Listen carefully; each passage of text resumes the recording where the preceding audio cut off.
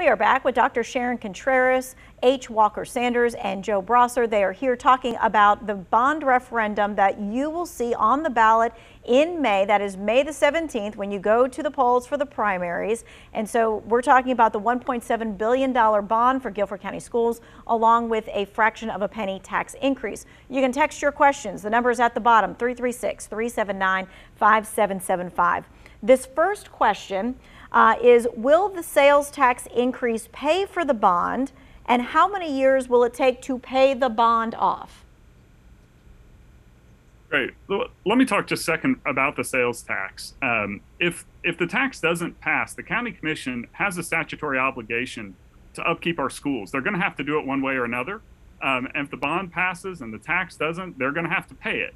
So one of the reasons to vote for the sales tax, that fraction of a penny sales tax, is actually because the county commissioners have agreed that they're actually going to lower by 3 cents our property tax rates if we pass the sales tax. So it's a way of reducing the burden on property tax or property owners and spreading that burden out to all members of not just our county, but everyone who buys things in Guilford County.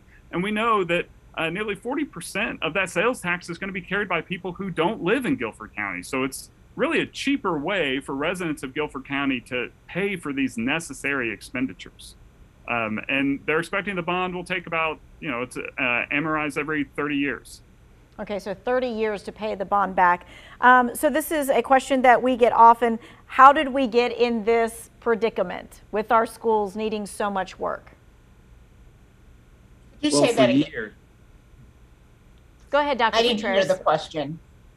So the question is, how did we get to this point where so many schools need work? Yeah, so when the study was done, we learned 5 years ago, so just think that study is almost outdated, that we had $800 million in deferred maintenance. So this is akin to living in a home for 20, 30, 40 years and never replacing a door, never painting, never changing the siding, never replacing the windows, the floors. Imagine what would happen if you never change your HVAC system. And this is not to blame one Board of County Commissioners. This is years in the making of providing the Board of Education only $3 to $6 million a year. To replace a roof of a school costs $2 to $3 million. We receive that amount every year for all 126 schools. What you actually need is about 2% of the total value of all of your schools to upkeep the maintenance of your schools. So you really need about $150 to $200 million a year for the maintenance and upkeep of schools.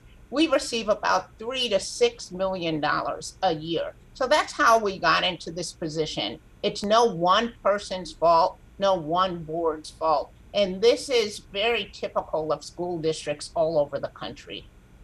We've got about a minute left. Mr. Sanders, is there something that you would say to voters who are on the fence about whether they want to vote for this bond or not? Well, this is really about investing in ourselves, investing in our community.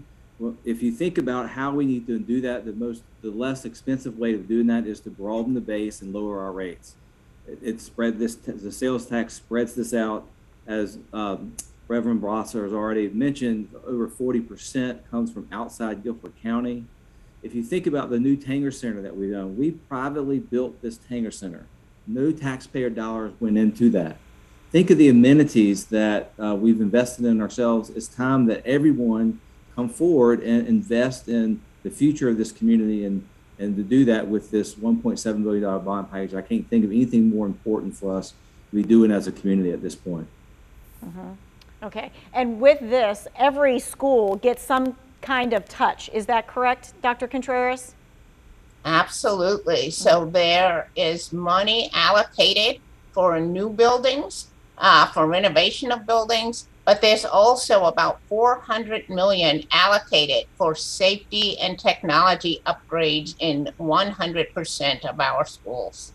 All right, thank you, all of you, for taking your time and your expertise and sharing that with us today. We want to remind you that the Guilford County School Bond is going to be on the ballot May 17th for the primary. If you missed any of this, you can find it in the 2 Wants to Know section.